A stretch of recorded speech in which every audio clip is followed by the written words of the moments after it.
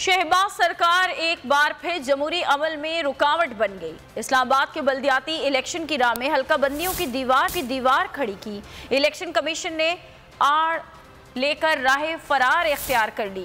वफाकी दारुल हुकूमत में 31 दिसंबर के बल्दियाती इलेक्शन मुलतवी कर दिए गए। चीफ इलेक्शन कमिश्नर ने दौरान समात कहा कि हुकूमत ने हमारे लिए बड़ा मसला बना दिया। पहले यूसीज में इजाफे का ख्याल क्यों नहीं आया? अशतर औसाफ ने कहा कि हल्फ देता हूँ, अब कानून में रद्दोबदल नहीं होगा।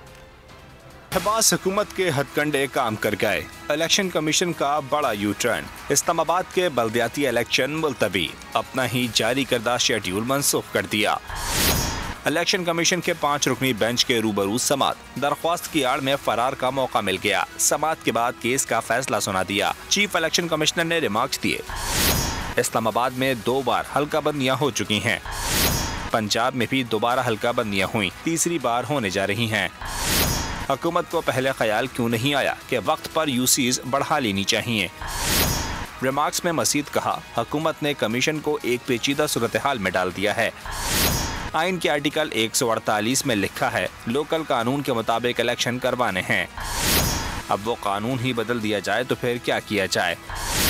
हमें सूबों में भी बल्दियाती इंतखाबात के लिए मज़ाहमत का सामना करना पड़ता है।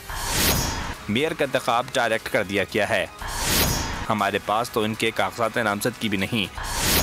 क्या पता कल फिर यूनियन कौंसिल की तादाद कम कर दी जाए। सिकंदर सुल्तान राजा ने मजीद कहा, बर वक्त बल्दियाती इलेक्शन के लिए पार्लियामेंट को लिखेंगे।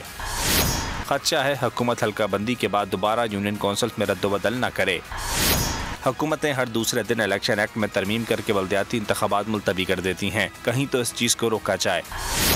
अशतर औसाफ ने कहा, हल्फ देता हूँ, अब कानून में रद्दोबदल नहीं होगा। हकीकी आजादी की जंग में बोल भी कप्तान के हम कदम। इलेक्शन कराओ मुल्क बचाओ की लाइव ट्रांसमिशन, दिखाई लम्हा ब लम्हा सूरत हाल।